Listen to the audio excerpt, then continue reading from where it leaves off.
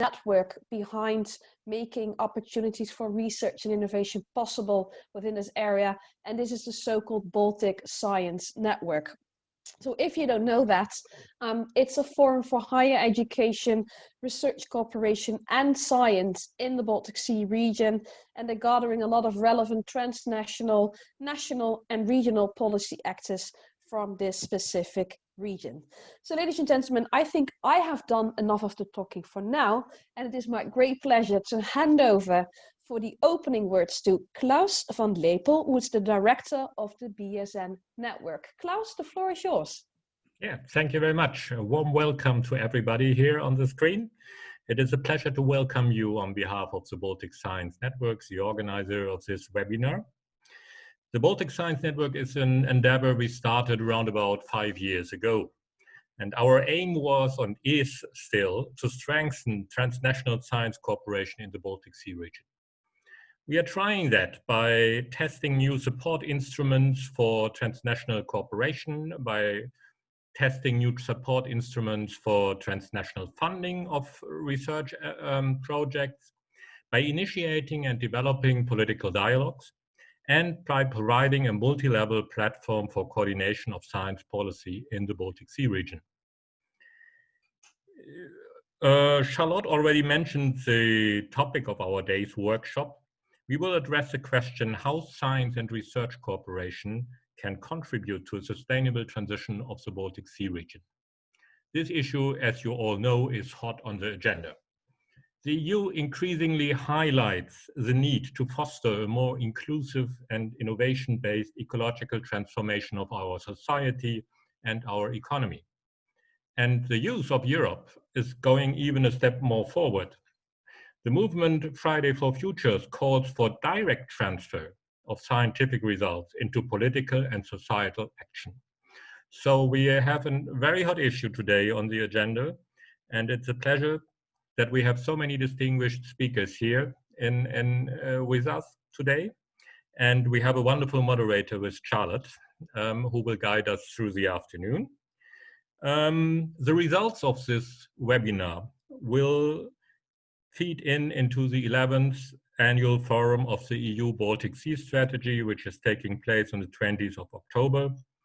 There we will present the main outcomes and discuss it in an even wider audience. It is of course a pity that we could not meet in person, but that's like it is in Corona times. And so I would say, let the show begin, and I will pass over. Thank you very much. And I will pass over to Charlotte. Okay, Klaus, thank you so much for these kind opening words. And indeed, ladies and gentlemen, if you want to enjoy another interesting webinar, you're more than welcome to join the annual forum on the 20th of October. One final practical message that I would like to convey to you before we really get started is that if you haven't registered yet, you're more than welcome to actually send a quick email to the email address that will be typed by the organization in the chat function, so that we can keep a good record of today's participants and also send you some additional information. Thank you for that. So, ladies and gentlemen, I think Klaus already pointed out to a couple of very important things that we will be discussing. Of course, we are experiencing a crisis, but what we've also learned is that also during this crisis, we would like to see a recovery package which contains more focus even on the climate, on the greening of the economy, and of course for that science and innovation have a very important role to play. And we're very lucky to have a couple of speakers to discuss that. And it is a great pleasure also to announce the European Commission for joining us.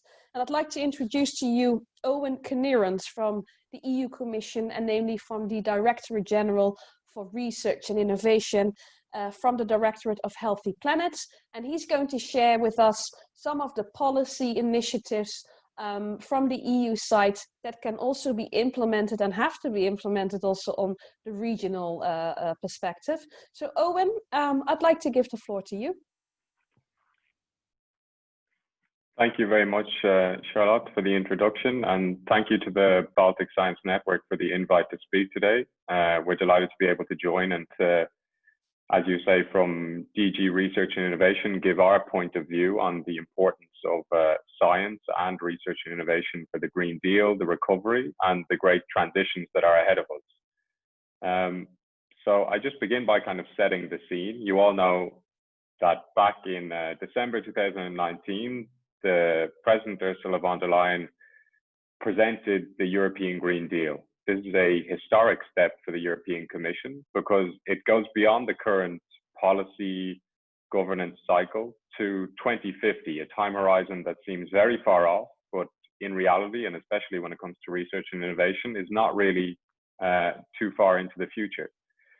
And what she described the European Green Deal as is a roadmap for action, which is the most ambitious package of measures taken by the Commission that should enable European citizens, businesses to benefit from the just transition to a greener, cleaner planet and society. And then also to tie in with the recovery, ever before the COVID-19 pandemic hit the EU and the rest of the world, the Green Deal was being positioned as the new growth strategy of the EU.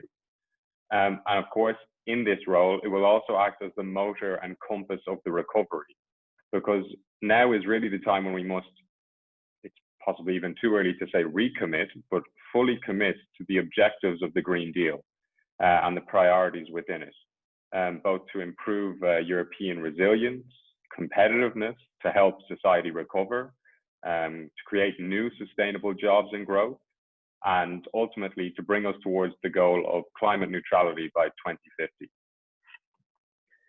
So the fundamental transformation that is called for by the Green Deal will be enabled by research and innovation. We're very strong on this point. We think across the 8 major work streams of the Green Deal, research and innovation is crucial. So whether that's climate, it's industry and circular economy, energy, mobility, buildings and renovation, you have the food system and farming, ecosystems and biodiversity, and zero pollution, as well as the more cross-cutting streams such as international cooperation, etc. And we see research and innovation as an enabler for these transitions because it's ideally placed to set direction, address trade-offs, and ensure policy coherence in the long term.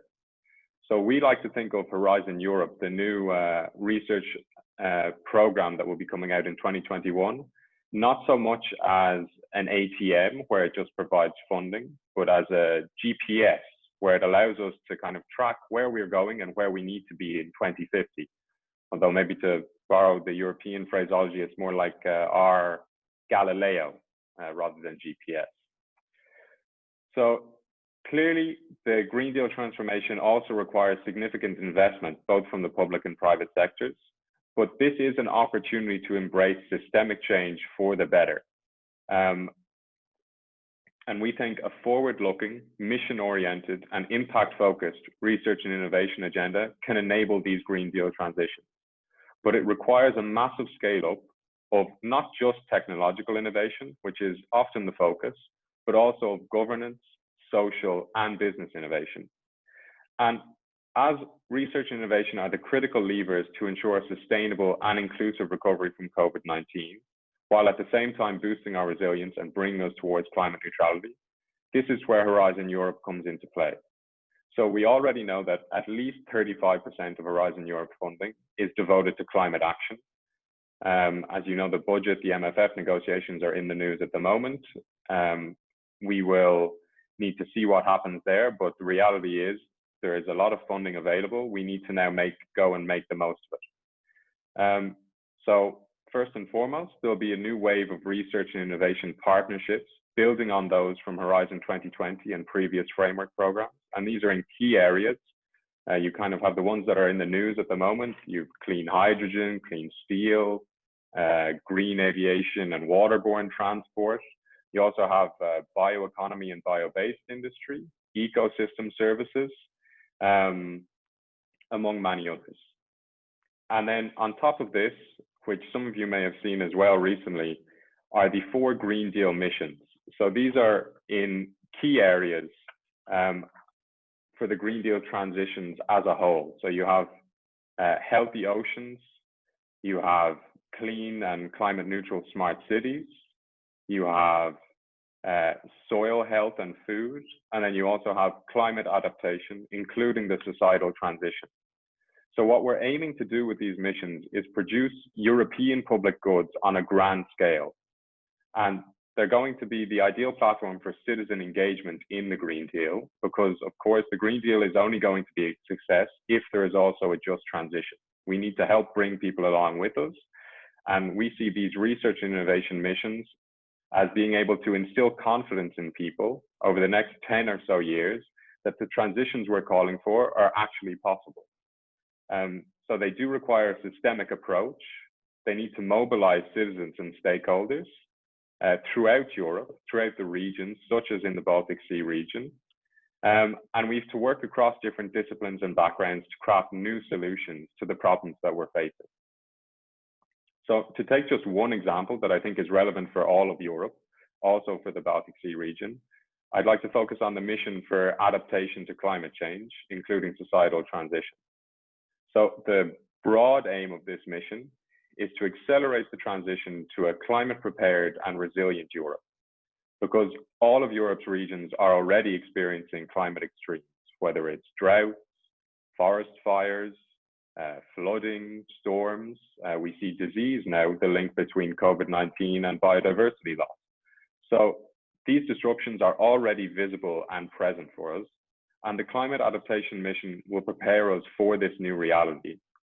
And the kind of broad headline goal is to produce 100 deep demonstrations across Europe, throughout all the regions of Europe, to create an impact on scaling up innovation, and it will enable it to be experimentation, testing, design of pilot accelerators, new and innovative solutions, and breakthrough technology in pursuit of climate adaptation. And then last but not least, I'm conscious of my time, you also have the Green Deal call, which was adopted just last week, I believe, on the 17th of September, or 2 weeks ago. And this is the final call under Horizon 2020. It's a budget of 1 billion, and it addresses the key priorities of the Green Deal. So you have 8 kind of core areas, and then you have 2 more cross-cutting, which are strengthening knowledge and empowering citizens, which go across all 8 areas. And the 8 areas match up with the areas I've mentioned previously, the Green Deal work streams. So this call, it aims to lead to experimentation and social innovation, engage with citizens and civil society, and it's research and innovation's first concrete contribution to the European Green Deal. And it's slightly different from other previous calls in the fact that it wants to look at in the more short term. So for research and innovation, this is maybe in the next 5 years, but to really produce tangible and visible results. So it's focused at the higher end of technology readiness levels, because we want to be able to show people within the next 5 years in these key areas, this is what research and innovation is capable of doing. So I think then to finish, just to highlight some of the opportunities, and we can go into further detail on this in the Q&A, for the Baltic Sea region. It's clearly a region that is well positioned to benefit from the Green Deal transitions, and to show the way forward for other regions, as in you already are engaged and ready. And in terms of capitalizing on the synergies across the region, there's so many member states involved at varying levels of readiness for the Green Deal. I think it's an exciting area.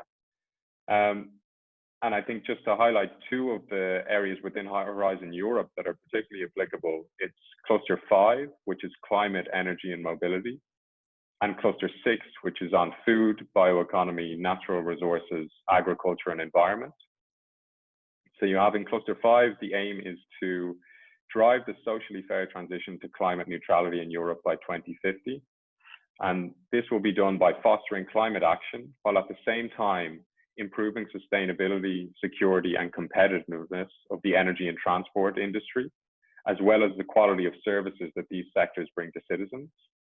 And then Cluster 6 is more to drive changes in our current more linear modes of production and consumption by finding new ways of producing, trading, and consuming, while remaining within the planetary boundaries and respecting our ecosystems.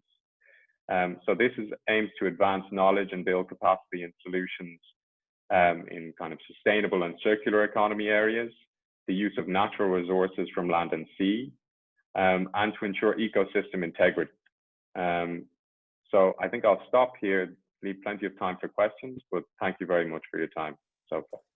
Owen, thank you so much for your elaborate presentation and for pointing out to us the kind of policy initiatives, but also to make it very specific. What can you do as a researcher, as innovator, with the money that is actually available on the European level? And I think this webinar is indeed very timely for the fact that the Green Deal call was launched last week. So thank you very much for that. And indeed, ladies and gentlemen, we are going to have a discussion right now with our panelists, and we're going to discuss the different aspects of how science and sustainability can interact with each other. And it is my great pleasure to introduce to you Mr. Andris Androusoutis, who is the Acting Executive Director of BONUS, which actually goes for a Science for a Better Future of the Baltic Sea region. It's also my great good afternoon. Thank you so much. The other speaker I'd like to announce is Mr. Kalle Antti Suomonen, who is the Vice Rector for Research at the University of Turku. Hello. Also lovely to have you. Thank you. Ms. Agata Gojdik from the Polish Academy of Sciences, who is the project coordinator for AD Arctic. Hello. Great that you're there as well. And I'm just checking because we have another speaker, but I'm not sure if she's online yet. Heidi Danzel from Scientists for Future. I don't think she is. We'll have an extra check to see if she will be joining. But thanks so much, Andris, Galante, Agata, and again also Owen to joining us for this session. I think Owen has mentioned a lot of things with which we can work to discuss this whole interface between science, policy, and society in order to use the research to create a more sustainable world. And Andris, I'd like to ask you a question first. You've been an executive director of BONUS already for a long time, since 2008. I would like you to kind of reflect on what your role could be to contribute to sustainability in the Baltic Sea region. Because of course the Commission has a nice idea, they portray the picture, but how do you see it for your specific region? Could you please unmute your microphone, Andris? Yeah, always have to be reminded about this. All right. Thank you, Charlotte, for this very good, but also very, very big question. Right, it's almost impossible to answer to this. You can question. try. Yeah, right. I will start from the very beginning. Well, in the very beginning, indeed, as you said, it's more than 10 years ago when we started this program of research and innovation, research and development program in the Baltic Sea. So it's covering all kinds of science and innovation which are related to sustainability in the Baltic Sea. And our vision indeed is science for better future for the Baltic Sea region. So this is very, very appropriate actually to today's discussion. And well, there are huge, you ask about sustainability. If we talk about sustainability, this term itself is a very huge. And our research and innovation agenda, which we have been implementing in the Baltic Sea, and I can tell that we have funded and implemented 64 joint projects so far. We have spent more than 100 million euros for this, and the thematic coverage is really broad.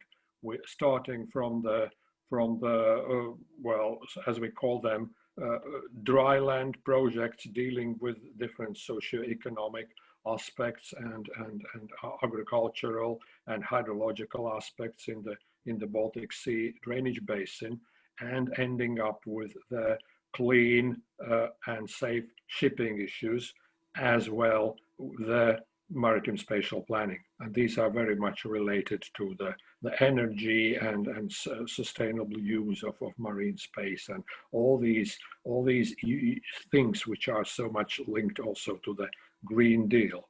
So the contribution to sustainability in the Baltic Sea region by this program, the pioneering program of this kind in the whole European Union, I think is enormous. Our main stakeholder and the user of the result, the outcomes of our projects is so HELCOM, Helsinki Commission for Protection of Baltic Sea Environment.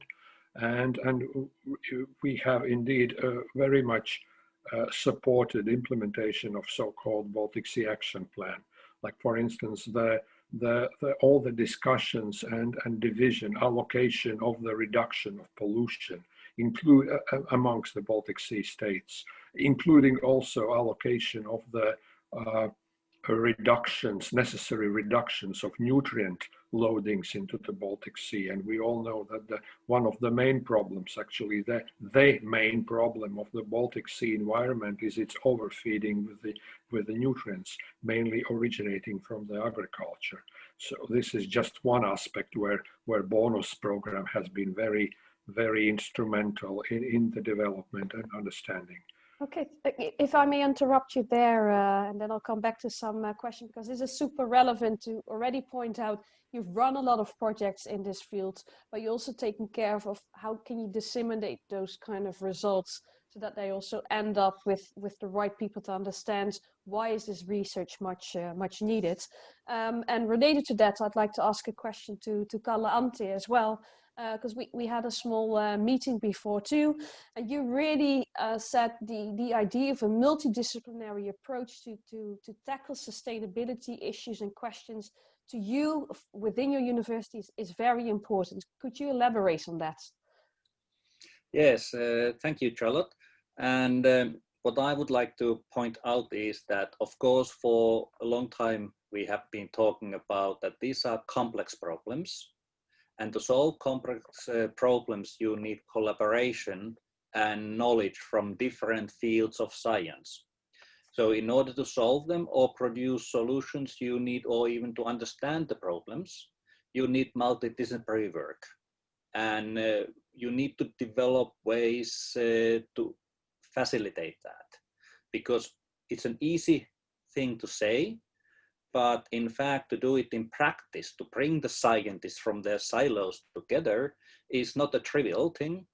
One thing always is money.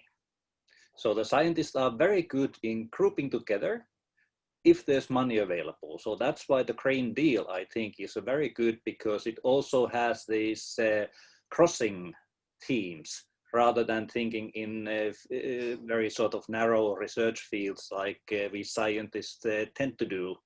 But I'm also calling for another kind of multidisciplinarity. And the point is that I want to have people mixed so that you have the basic researchers looking like things of fertilizers, biodiversity, but you mix them with psychologists, economists, people who know about culture, because in one package, you should produce both the understanding of the problem, but also possible solutions. And how you bring these solutions to the broader audience, change their behavior, to the policymakers, and also, can you make some useful business models out of this?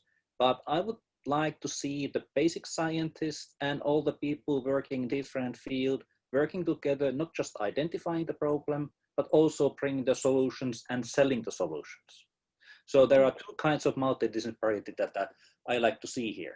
Okay, thank you for that. And perhaps related to that, you talk about two kinds of multidisciplinarity. And on top of that, I think you also have a certain perspective on if you want to cooperate, you need to have different approaches also to cooperation, as you just pointed out, within the university, but also when you collaborate with industry and policymakers.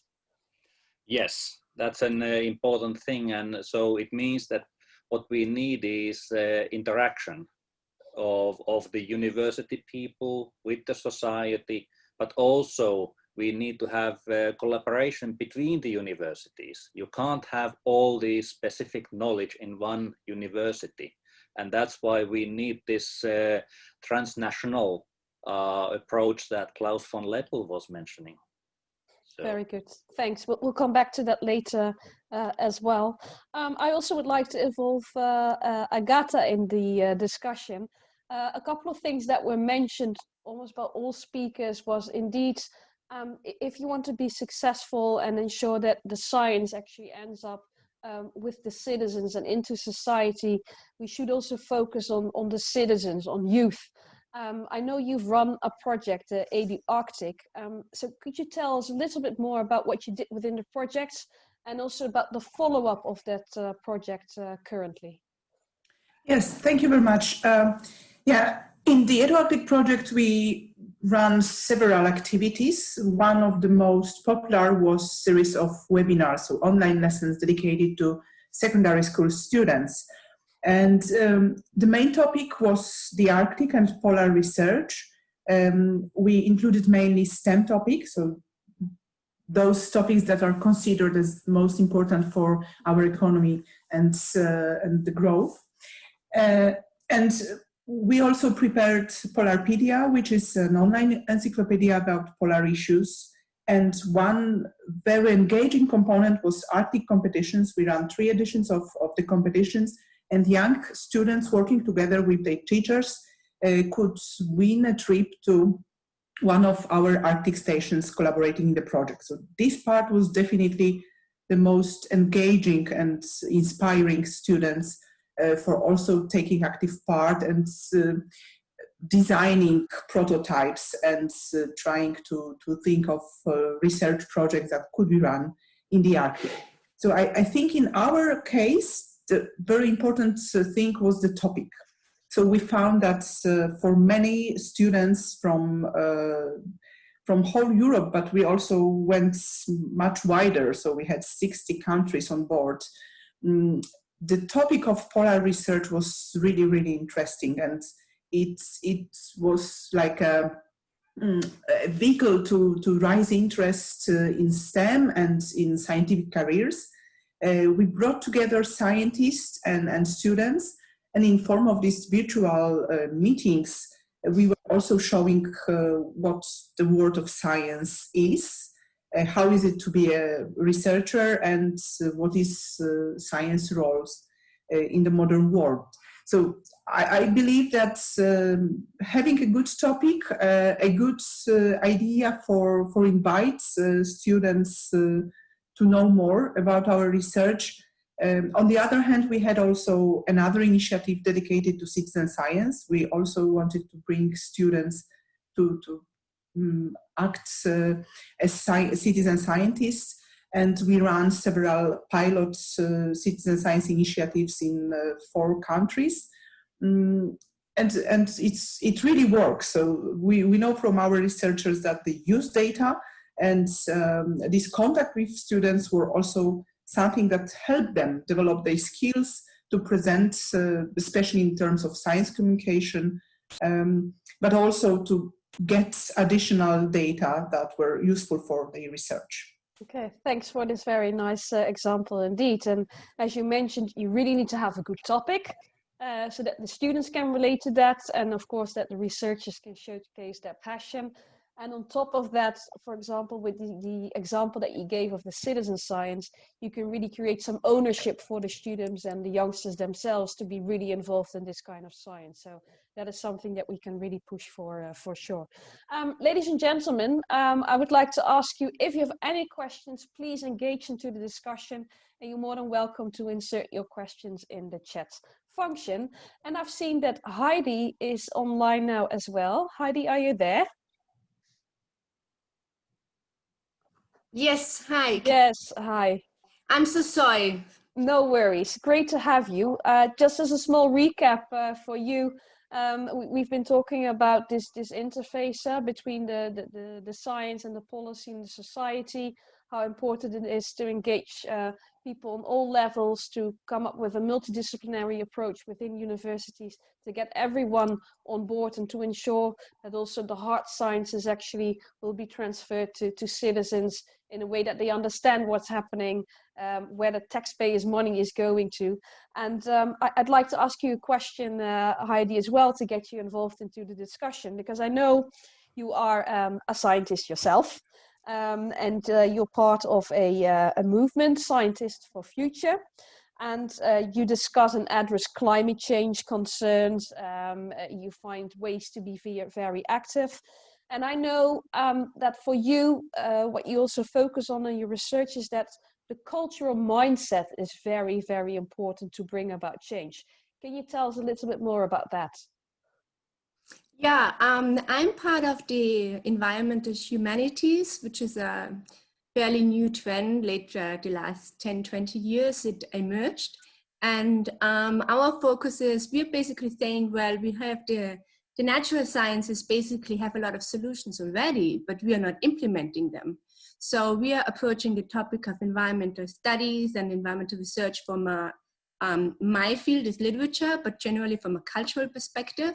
And we are looking at how can we approach the topic in a cultural, from a cultural way that people find more not forced to do things, but encouraged to do things, so that it gets more attractive, basically. Okay, thank you. Do you have some examples of this? Yeah, I'm, for example, working on in global environmental novels that are based on true stories. So the novelists kind of, for example, the tragedy in India, Bhopal, maybe some of you remember that, 1984, where a factory exploded and harmed many people. Some are still suffering, and the author tried to approach the topic from a fictional way and kind of tells a story in a novel, which is based on that true fact, which is way more fun for people to engage with than actually looking up all the really, really heartbreaking reports. So I think the storytelling aspect can play a really big role here. But I'm also part of the science and art community here in Salzburg. I'm actually a member of Scientists for Future in Salzburg, Austria, and in Hamburg, Germany. And both have very different approaches, but in Salzburg especially, they focus on including the arts, because we have an environmental and arts and science cluster here. So they're using environmental art in order to get people interested and in a topic in a more fun way than saying you have to do this, you have to do this, and these are the laws and regulations. But we still argue that laws and regulations are very important, but we just need many, many different approaches to the topic. Okay, so you basically do a different kind of packaging, and with this kind of packaging, the message comes across perhaps in a better way than when you wouldn't apply any kind of packaging or storytelling. Okay, thanks for that. Owen, I think you've heard some interesting perspectives for sure. I know you told us a lot bits about the Green Deal calls, and I think it might be interesting. You talked about 8 thematic areas. That's more like the hard sciences, the mobility, energy, food, and so on. But also 2 horizontal areas, which are about strengthening knowledge and empowering citizens. So how do these horizontal aspects then tie into those, more targeted topics such as the energy and mobility questions? How do you make that connection? Well, I think, as you said, we have these 8 kind of key areas, and then it's across all of them. As the previous speaker said, this is a multidisciplinary approach. The transitions won't be a success in the area of energy or building or ecosystems if there isn't this knowledge aspect and also the citizen aspect. So I think when it comes to strengthening knowledge, one of the examples we've been using recently, you can see with the COVID-19 pandemic, the importance of science and of evidence-informed policy. And then specifically for the Green Deal call, what the call is looking for in this area, they're seeking proposals, one on clean energy storage, which I think is applicable for the Baltic Sea region. Another is on greenhouse gas emissions observation around cities, because this is where so many of our citizens live. And then you also have monitoring of air quality around cities, which of course has also been in the news more recently with COVID-19, because we've seen that air pollution initially dropped, it's now rising again, but people are very aware of this. And so I think it's a very good one to engage with citizens and to show them the importance of science and having this evidence base to allow for better decision making from policymakers, and to give people confidence that these are founded on proper data, modeling, mapping, observations. For example, one of the other areas the call is seeking a proposal in for the strengthening knowledge is a digital twin of the ocean, which of course is extremely important for the Baltic Sea region.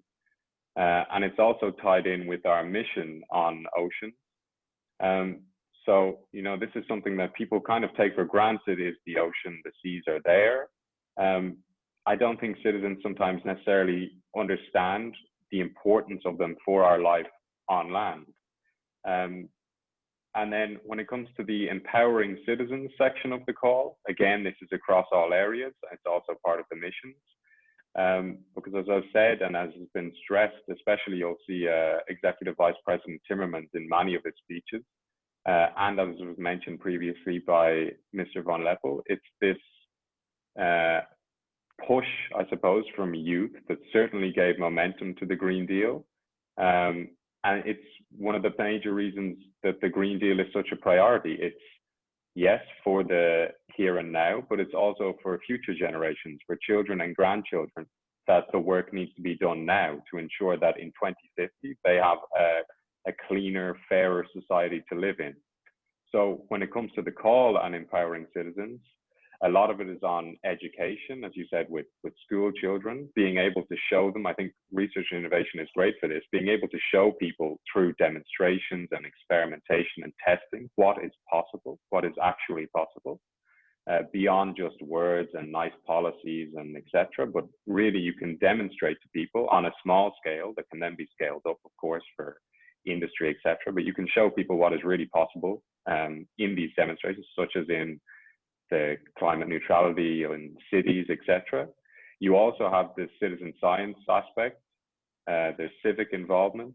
You know, in the missions and in the call, we're asking for people, citizens, as well as the usual stakeholders, to be involved. It's through online discussions, conferences, hopefully pending a vaccine or whatever else, in real life events. And I think there was also touched on by a lot of the speakers is this importance of behavioral and cultural change, because people, we can't force people to change. And they also, it's not as if we in Brussels necessarily have all the answers. We need citizens to engage and tell us what is necessary as well. And I think this is the back and forth that is so important. And by getting citizens involved, we know what the feeling on the ground is, what their view of the problems are. And I think then it's easier to bring people along with the changes rather than imposing it from top down. It's also bottom up. So I think both those aspects, the knowledge and empowering citizens, are crucial, and they tie in with one another as well. Thanks so much for your elaborate answer. And indeed, I think it's a very good approach that you have an open approach by default, that when policy comes along, that at least you can say, but hey, we try to engage you. There have been ample of opportunities to take you on board. And that's of course the best way to be able to push through policy. I have a question again also to Andris, because Owen set out the plan by the European Commission to be climate neutral by 2050. And of course, 2050, it's a year. It gives a lot of direction, but to you, do you think this is achievable, or is this a complete dream scenario? Could you unmute again, Andris? Yeah. All right. Yes. Another huge question. Yeah, I think this climate neutrality to be achieved by 2050, it's timely and it's necessary and it's achievable. From the point of perspective of technologically, technically, I think we are fully equipped and ready to achieve it. No doubt about this. There is also a certain interest in the industrial part in this transition. So transition is possible, and it's necessary. Actually, we've been talking about this necessity of climate neutrality already for quite some time, and it actually comes. I would certainly agree with those who are saying that this is too late, basically. But this is achievable, and this is the last moment. Another aspect to this question, to this issue, is that the consequences, of course, the global natural system has a tremendous momentum and inertia. And we will, in spite of all our efforts, and hopefully the successful efforts, we will, if I may say so, enjoy the fruits of the industrial age for decades and centuries. And for this, because of this, the adaptation is so important. When we talk about climate issues, certainly the mitigation part, the mitigation of emissions of greenhouse gases is a paramount issue. But similarly important is the adaptation question. The generations of our children and our grandchildren will live in a modified biosphere, so to say, and we must already now understand how the world will look, how the economies will develop, and this is again one very important arena where the natural science, with the modeling of, like for instance, we are talking about the Baltic Sea. Apparently, we are interested how the Baltic Sea ecosystem will look after 10 years and 20 years and 30 years at 2050 and beyond to the end of this century. We are also very interested in seeing how the societies, how the socio-economy in this region, European macro region, might look on the backdrop of that environmental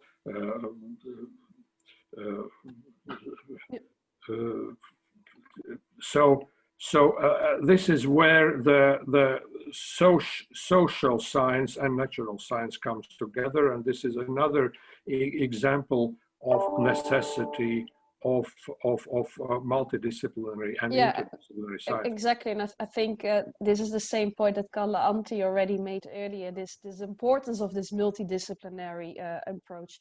I think I really like what you say, Andres, and that's what this discussion is about. It's about this interface. You say basically on the science side, technologically, everything that is desired from the Green Deal can be possible. On the policy side, this has now been identified, at least by the European Commission. And then, of course, we have the citizen side for the take-up.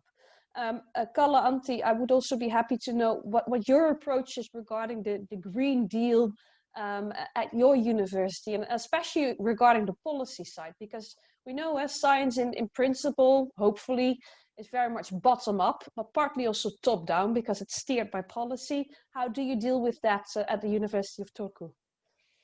Yes, thank you. So in our strategy, we have thematic collaborations rather than single fields selected.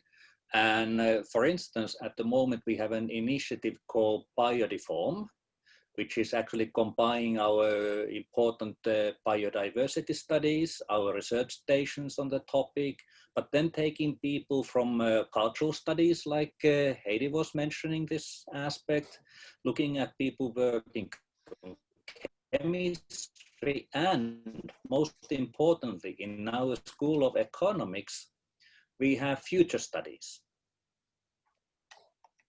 And that actually is a very important, my connection is a little bit unstable. Are you hearing me?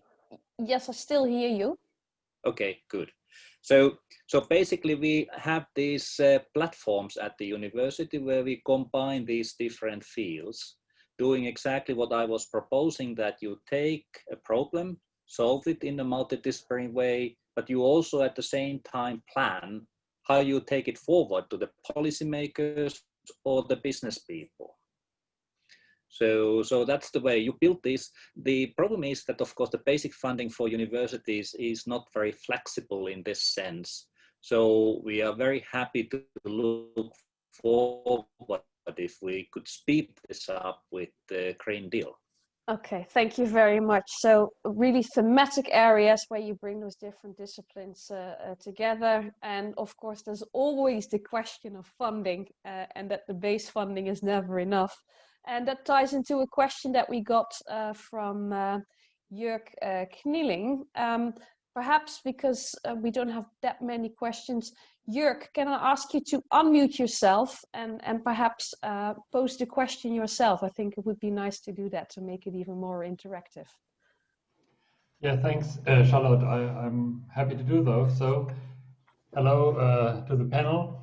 I would like to ask the panelists which concrete new and transformative strategies do you have in mind to implement the Green Deal into the Baltic Sea Region research landscape? I was thinking, you know, there is a new call and there are new topics on the one hand, but that's in a way business as usual for researchers. But how do you really want to put more emphasis on this, e.g., for example, by setting up new research networks on Green Deal activities or seed money incentives, something like this? That was a question that came into my mind. Thank you, Jörg. Who of the panel dares to answer this question? Heidi, I see that you're unmuting. Can I approach it from an artist perspective? So in 2018, I went around the Baltic Sea region and visited several cities all along the coast, and I took photos of insects in each city. 2018 was also a year I went there in August. It was really dry, so I was really struck how warm it was and how dry in some areas. And insects I found an interesting way to help people change perspective, because I think changing perspective is a key aspect in order to be able to implement new deals. So this is not a very concrete, implementation of policies, but I think from a cultural perspective or artist perspective, it's really important. And we're also working this in our science and art cluster, that to help people to change perspective. And I think that's something I would think is very important. Okay, thanks. And changing perspective, of course, is an important aspect of perhaps such a transformative strategy indeed.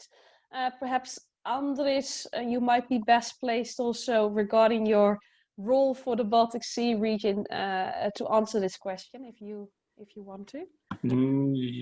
Yeah, of course. Yeah, it's if Jörg is asking for concrete and transformative strategies, I think these are the million-dollar questions, and many clever heads are working on these now, and we will see what will come as a response to the Green Deal call. And of course, we are also working here in the we are working on continuation of the bonus program, and we are developing also the future program, which will include both the Baltic Sea and the North Sea. We see that the many problems here in this Northern European region can only be solved if these two seas and the two neighboring regions are treated together.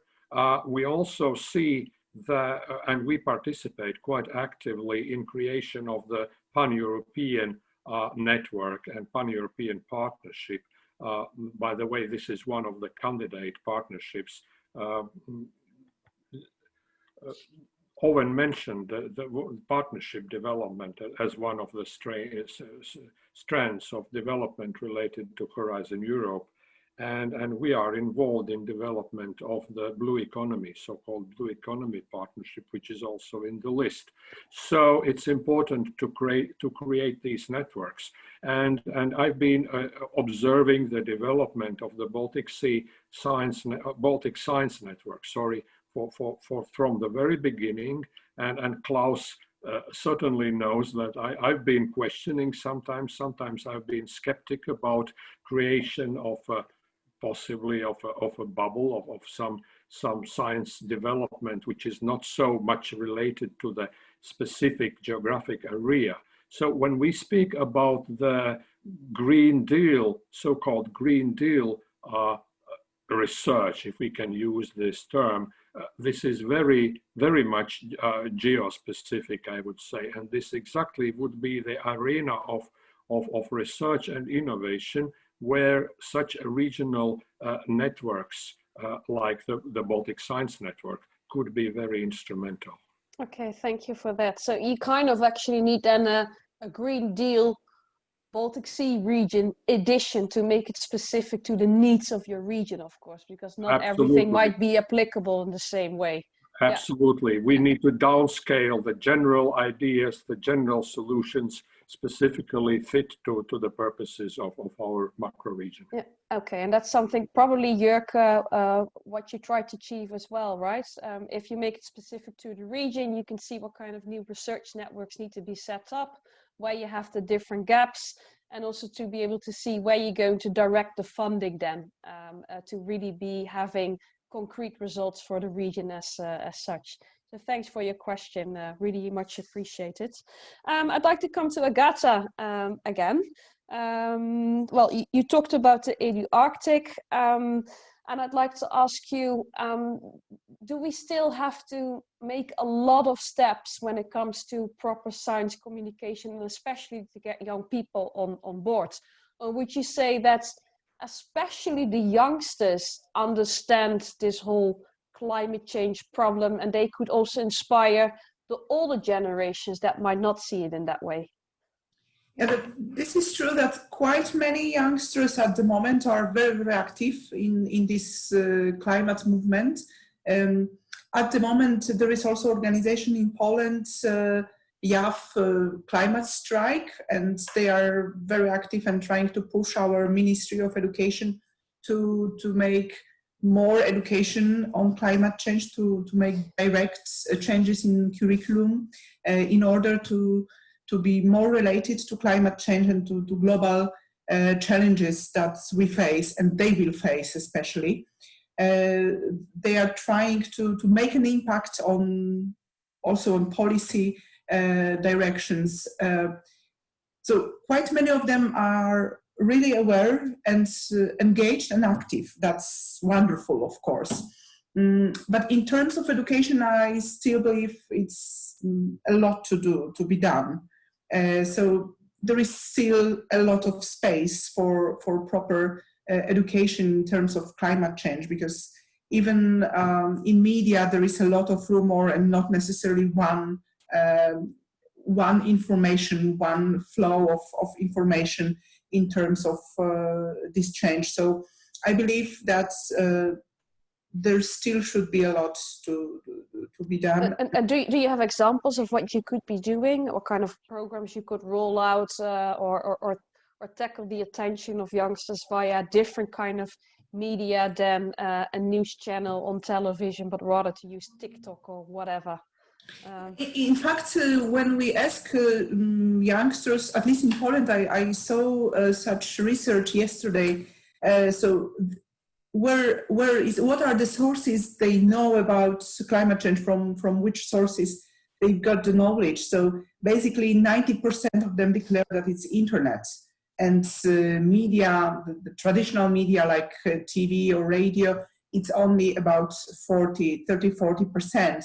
So basically we need active, for instance, NGOs or other institutions that will run initiatives in social media and internet that is now a source of knowledge for them. But also, if we have more of this topic at schools, it would be perfect. At the moment, it's really limited, at least in Poland. So the number of lessons dedicated to climate change, it's like a few lessons in the whole primary school, or another few in secondary school. So, but also teachers are not prepared enough because they were studying like 20 years ago, and the knowledge about climate change also develops drastically, I may say. So also what we need to do is to train teachers on how to teach about climate change. Okay, so teach the teacher. That is something which is frequently mentioned indeed, because otherwise you cannot convey the message in a proper way. Yeah, especially that in this topic, the change in knowledge and is really rapid. Yeah. So quite many teachers are saying, okay, this is something that we were not taught during our studies, and we do not know where to find, because it's not in the textbook, it's in official textbooks in Poland. But where to find information? It's not only the question of students, but it's the question of teachers, who often say the youngsters know more than we do. So we are afraid to speak in front of them because maybe we do not know the facts.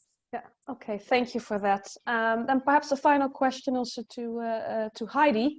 Well, we talked about the importance of the role of science, and now we mainly approach this angle from the university perspective, perhaps less from the private sector perspective. So do you also engage with companies, and what is their view on when you and if you talk to them about the goals that you would like to achieve with scientists for future?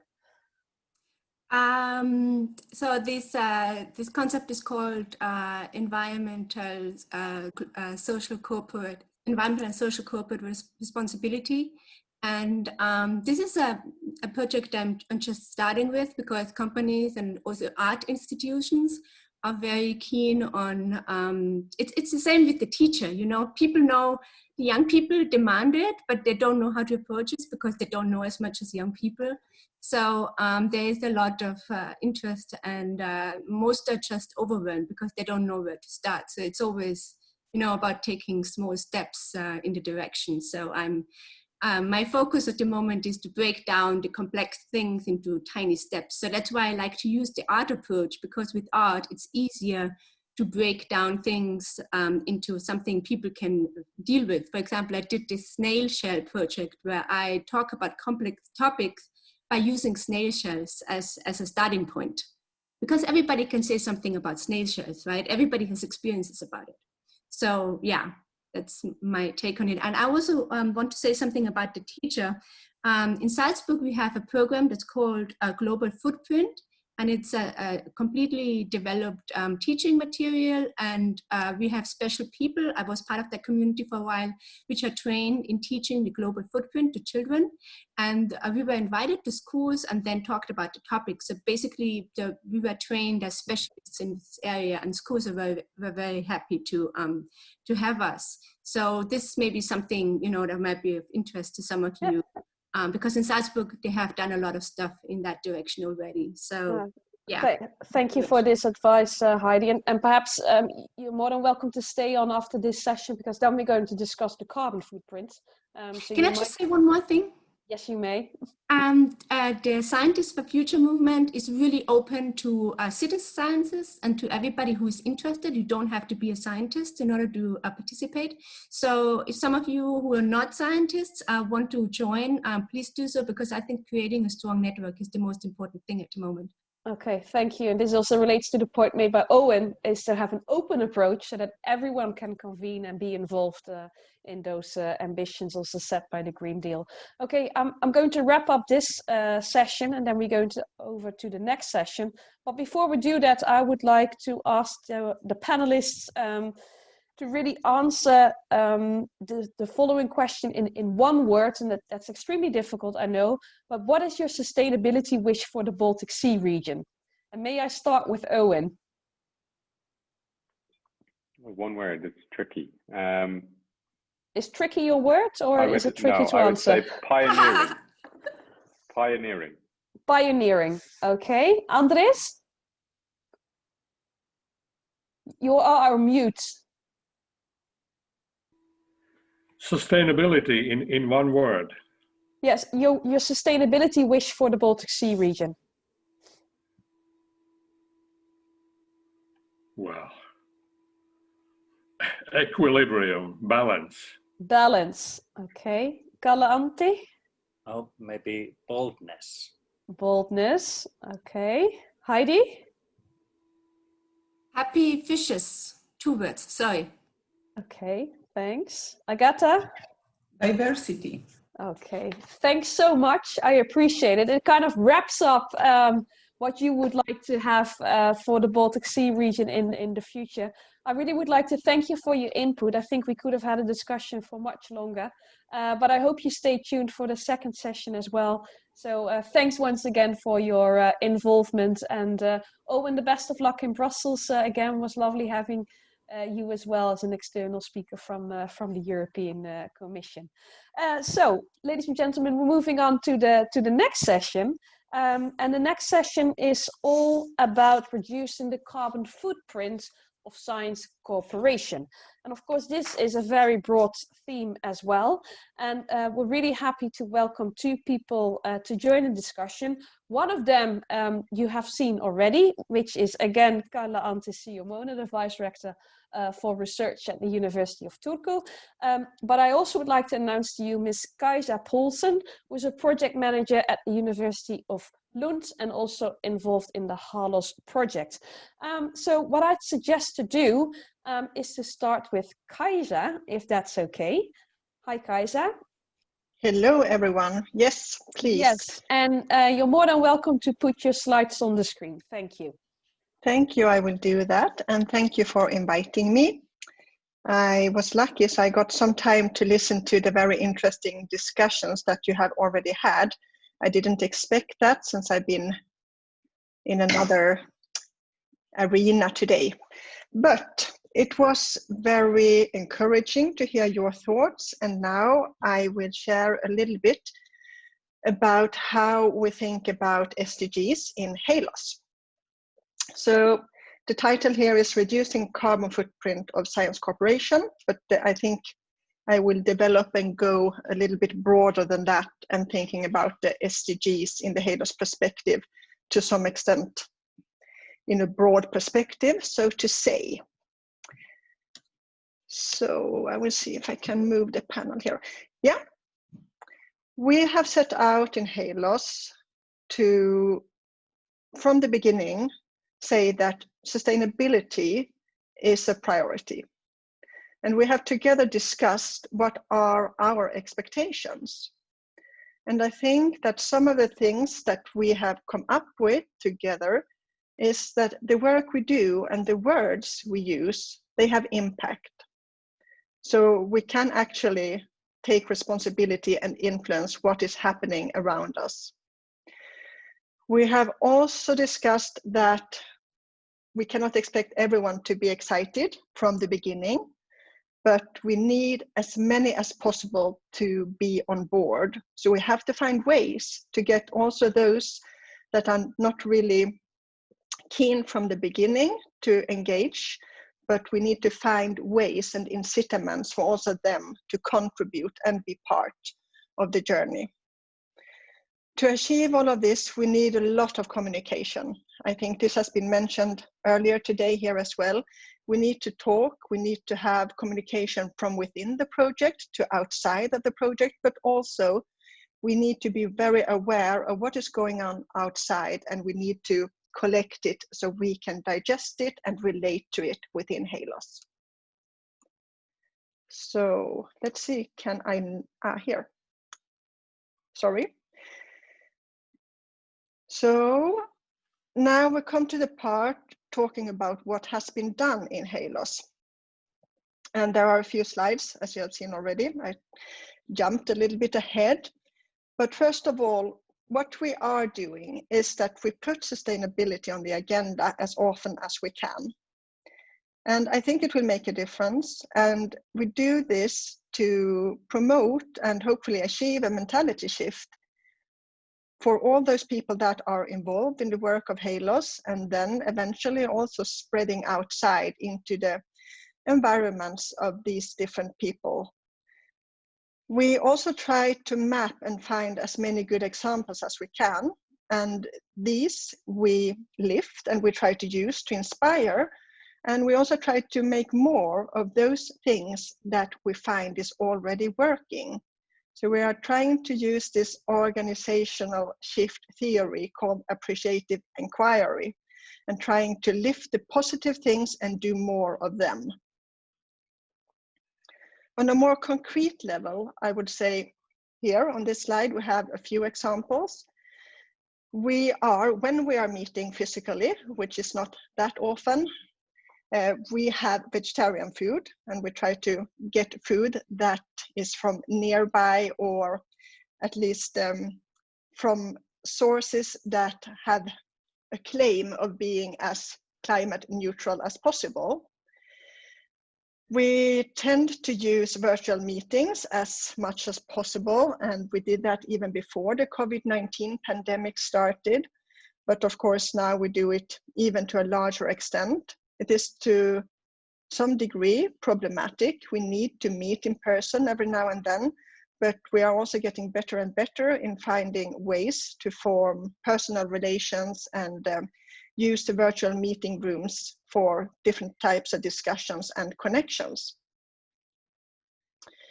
We are also working to increase the knowledge of the opportunities and the complementarity that exist between our 4 large-scale facilities in the region. And with those in Halos, we mean Max 4, ESS, both of them in Lund, and DSC and European Exfel, both of them in Hamburg. And we think if we can get the researchers, not least in the life science sector, which is a focus of Halos, to understand both the uniqueness and the complementarity between these facilities, we can do so much better research. And if we understand how we can transport samples between the different facilities, we can make the most out of analysis of precious biological samples that have taken maybe years to prepare in the lab, or when it comes to patient material, if we can use more than one method, there is also a lot to gain.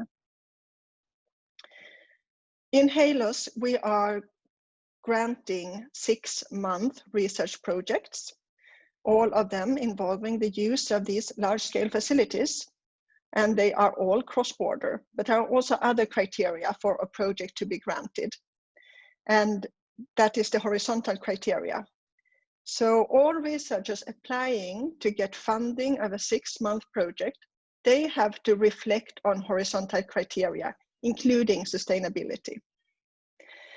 And this is good for the researchers, and this is good for us in the project management, because we also learn from each other. So we really like this part, and it's getting, I would say, better and better along the way. People are getting more and more creative and find many good ideas, I would say. We are also working with understanding how we can remotely access the large-scale facilities without always having to travel ourselves. We are working, trying to understand if we can develop tools for education, like virtual beamline experiences. We are also developing virtual webinars in summer and winter schools. And we are trying to understand the carbon footprint from the traveling that we have to do.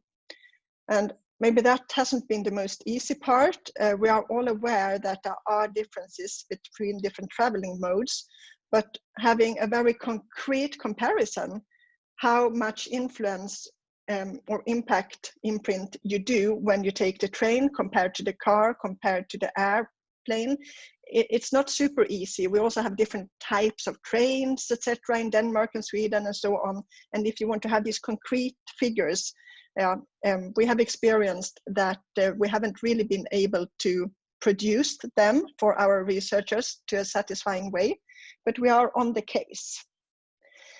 We are also working with active cooperation, and we think that sustainable networks formed in Halos is one of the great outcomes that will sustain and last after this first 3-year period of Halos. Gender balance is another part of the SDGs that we are working with, and we are taking care to have equal distribution, or at least a 40 to 60% distribution in all the bodies of Halos, like steering committees and General Assembly and so on. Some ideas for the future. Well, we want to continue to create awareness and also to find different incitments that work for different people and different categories and different types of people, if one say so. We also want to have ambassadors. We want to identify ambassadors and we want to use them because they are the ones that are in the local environments and really can make a difference, driving these questions on a more day-to-day basis. Coming back to figures and statistics, we're working with researchers and everyone wants to know what is the difference? What difference do we make if we behave like this or if we behave like that? So an idea we have is that we would like to have on our webpage a collection of papers already produced and other types of material that describe sustainability from a scientific point of view, including these kind of figures and statistics that people can use when they argue with each other regarding what choice they should make regarding transport mode or food, for example. So then I'm also wanting to refer to the research contributions. And we have, as I mentioned, a number of projects carried out. And we are trying to lift these projects, especially those that are working more intensely with the SDGs. And we also try to follow up and eventually we would like to have a database on the sustainability work done in Halos. This is important, as is the evaluation tools. And evaluation tools is not something I can say that we really have at the moment, but maybe someone here could advise us, or we will continue to try to figure out how we can evaluate ourselves when it comes to working with SDGs. Because this is of course important to know that we are going in the right direction in a project like this. We want to have evaluation tools of different types. So final slide here. So the visions then, where do we want to end after these 3 years? Well, we want to have a strong network formed in Halos with stakeholders in the life science sector, but also outside. And we want to continue to work together to reach the 2030 SDGs. We also want to have a network that cross-fertilizes different areas: education, research, innovation, research infrastructures, healthcare, and so on. And we also want to have an awareness of everyone involved in Halos, that they know about the importance and what sustainability work and SDGs are about. And we hope this will contribute to a mindset change. Ideally, we would also like to see Halos being successful and be used as a model that could contribute both regionally, nationally, and on a global level to how one can work with sustainability. So that was all I wanted to say. I'm happy if anyone would like to contact me with ideas, suggestions, or discussion of any type. And with that, I stop sharing. Thank you. Guys, I thank you so much for your elaborate presentation, and I must say you're very well advanced in both what you're already undertaking as a network, but also your plans for the future. I hope there will be some questions coming in later on. It was so nice that you could bring the network perspective, and now I'd like to give the floor to Kalle Antti to really come up with the more institutional perspective from the University of Turku. Kalle, the floor is yours. Okay, thank you, and also thanks to Kaisa for a very interesting presentation. My department is actually a very keen user of Max 4, so this is very, very interesting topic. Thank you. So, you're seeing the transparencies now? Yes, we do. Okay, so I'm going to talk about the carbon footprint and especially how we use it as a tool to define what's say carbon neutrality and also how to go there. So the thing is that our university has been very ambitious, and we've declared that we would come carbon neutral by the end of year 2025. So a little bit sooner than the European Union. And we set up a steering group for sustainable development, and also there was a separate project group to calculate the universities. Because I'm a physicist, I was put to lead this particular project group. And the key thing when we were doing this was to engage the whole community. So we would actually have specialists from all aspects of our central services, but also scientists and representation from the students. So using this, we were able to actually solve many problems, and we were boldly going actually to where no one had gone before, because this kind of calculations, especially for universities, have not really been done very much in the past. So we have special characteristics at the universities compared to companies, hospitals, and so on. So we had to also consider the fact that between the universities, there are differences depending on the location and also what sort of disciplines one has, whether one is a multidisciplinary university or a technical university. So basically, we started to the footprint and how to calculate that. And very soon we found that it's not very easy to do a very precise calculation, and the emphasis is actually to know the magnitude of the different sources of the carbon footprint. And then when you know the magnitude, then you actually can target your energies into taking down the biggest parts there. And when looking at that, this is what we found out, measured in tons of carbon dioxide.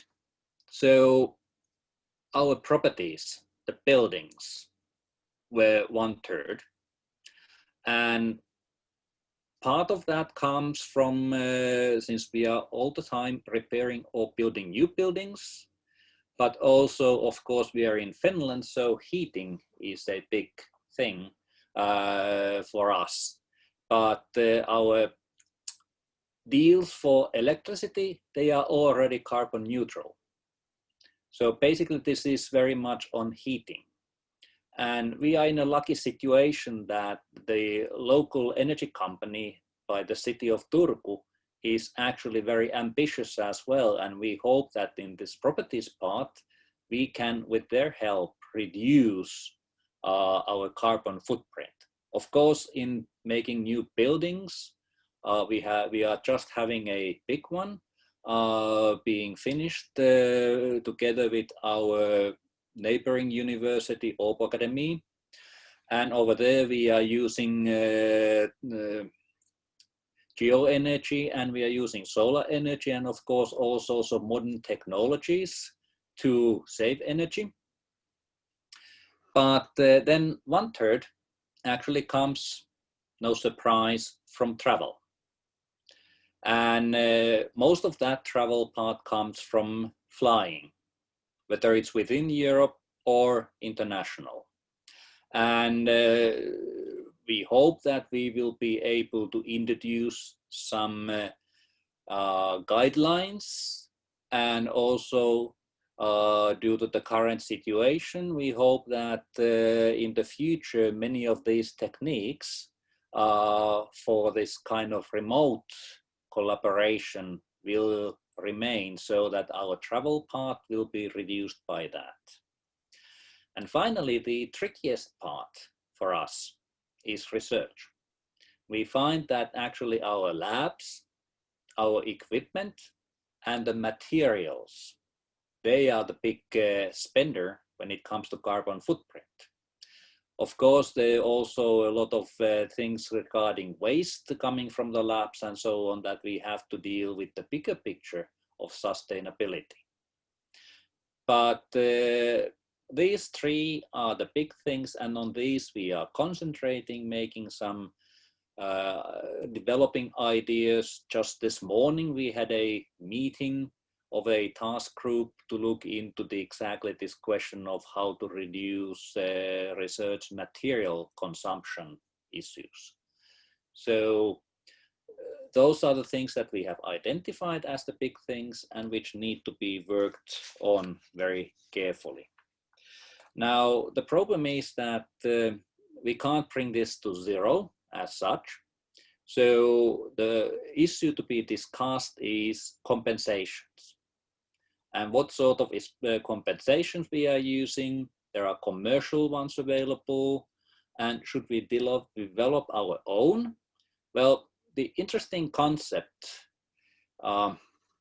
here is, well, okay, I will not say something about that, but one thing is to make collaboration. We have a very good regional collaboration on this, but maybe we would actually benefit of making this kind of Baltic Sea regional collaboration on this topic as well. How to estimate the carbon footprint and also how to reduce that. Because sharing, we also receive very good ideas. But to make the long story to end, I mentioned this thing of carbon handprint. This is a novel idea. And the idea is that we do something good. So our researchers develop new ideas how to reduce footprint in general. And in that way, we compensate on our own footprint as well. So this is what is defined as carbon handprint. Very often it's related to companies about how to reduce the footprint of the customers by your own action. But the thing is, can we apply this to higher education institutions? Yes, we can. I believe we are doing a lot of things and will be doing a lot of things under the Green Deal in this regard. But the question is how to quantify this. It's difficult, but maybe not impossible. But we hope to be working on this aspect also in the future. So, thank you very much. And to mention, our university has its centennial this year. Unfortunately, celebrations have not been very strong until the first months, maybe. I can imagine. Thank you, Karla-Antti, for your presentation. Also, very interesting and helpful, and complements very much the presentation given by Kaisa. And I think what's really nice is that you kind of both gave a piece of advice, either directly or indirectly, because what Kaisa has already shown, that the HELAS network within the Baltic Sea region is already far advanced, as well as the University of Turku. And Karla-Antti, you would like to perhaps see that the carbon footprint reduction agenda will be part of the work done by the Baltic Science Network, perhaps to really roll it out within the Baltic Sea region as part of a broader sustainability project? Yes, definitely. Okay, so perhaps I can ask Andris, if you're still there, if you think that would be a good idea, if this carbon footprint reduction will be part of the future policy of the BONUS network, but also of the Baltic Science Network. This is an interesting concept. I have heard about, and actually I had a question, but okay, this is a little bit of a sidekick, because I have heard, I have some friends in biomedical laboratories elsewhere in the world, and I have heard about similar movements in those, and it would be interesting to hear how much this Baltic, how it's called, Hanseatic League of research is linked and communicating, corresponding with the other initiatives similar. But yeah, it's this is a very good idea, and kind of thinking about the carbon footprint in the research work.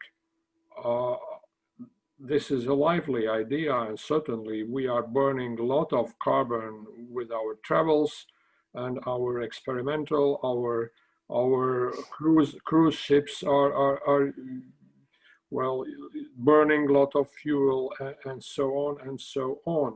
And certainly this is something which deserves some thinking, and we could possibly think equally as we are thinking now and putting those criteria, you know, for instance, like gender issues in the project proposals. We can also start asking questions to the project proposers about how the cleanness and carbon neutrality or carbon footprint assessment of their proposed research, how this could be optimized. A very good thought. This could indeed be interesting, because of course we don't need to reinvent the wheel. I think Kalle, Antti and Kaisa has shown to us that there's already a lot out there, but what it really needs is to have a broader acceptance than in the Baltic Sea region. And what I really like as well, that part of the things that Kaisa told us as well about the mentality shift really goes back to something that Heidi has said before as well, this whole cultural mindset, that's super important. And one final question to Kaisa and Kalle, because we don't have a lot of time left anymore. Now it seems to be that everything is wonderful. You have these plans, but you must have some skeptic colleagues, right? Kaisa, could you comment on that? Yes, you're right. There is skeptic colleagues, and there are also those that see that it is important, but they don't know how to handle these issues. So I think we need to work together as much as possible, and as I mentioned, find the different incitements, the different ways to get people started. It's easier once you have taken one step, it's much easier to take the next, and then you gain pace, right? Yeah. Yeah. So hence also the idea of the ambassadors that can reach out to those yes. people and to tell them a little bit more about that. Yes. Yeah. Yes. Kalle, Antti, I don't know if you have people within your university working on oil and gas research. They might be pretty skeptical, or on aviation topics. Do you have some skeptical colleagues as well? Well, we are not Norway, so luckily exactly not a problem. What I can say is that I wouldn't so much look at the skeptics. What I've seen, on Friday, we had this big event online for the universities in Finland about sustainability, and there was a big section on this carbon footprint. And what I saw was actually a lot of people being enthusiastic. So there is a lot of people who want to do something in our community. They want to get their hands on. And now we are offering them a possibility of that, some sort of direct action. And I would like to build on that rather than trying to seek out who are the skeptics and try to convince them, because some of them whom I know, you can never convince. Exactly. Okay, yes. Yes, you want to make a final comment, Kaisa? If I may, thank you. Yes, I think that's great. I mean, reinforcing what is already positive and what we can do more of. I think that is a great way to move forward as well. So thank you for doing that. Thank you. Well, ladies and gentlemen, I think we've come to the end of this webinar. Once again, thanks so much to Kalle, Antti and Kaisa for your contribution as well. And I think this all ties in nicely, because what we've learned today is that indeed, in order to integrate the Green Deal, you need to have a look at the certain and specific aspects of the Baltic Sea region, perhaps to rethink some programs, make sure you involve the youth, the citizens in the broadest way possible. Not always easy to do, but there are tools out there to do that. And also to focus on this very multidisciplinary approach to make sure that everything from the natural sciences to the socio-economic perspective are being taken into account. And on top of that, of course, we need to focus on that carbon footprint. And I think especially all those science actors such as research institutions, but also universities, you're very well placed, because you all know all so well how important this evidence base is. And that is something you can create yourself and build upon that to create your own kind of policies. So ladies and gentlemen, from my side, once again, thank you so much for joining us. If you would like to experience more, on the 20th of October, the broader annual forum will take place. I know that Francisca will also send you the slides because a couple of people already requested if the slides could be sent around. And finally, stay safe and stay healthy. Thanks once again. Thank you very much. Pleasure. Thank you very much.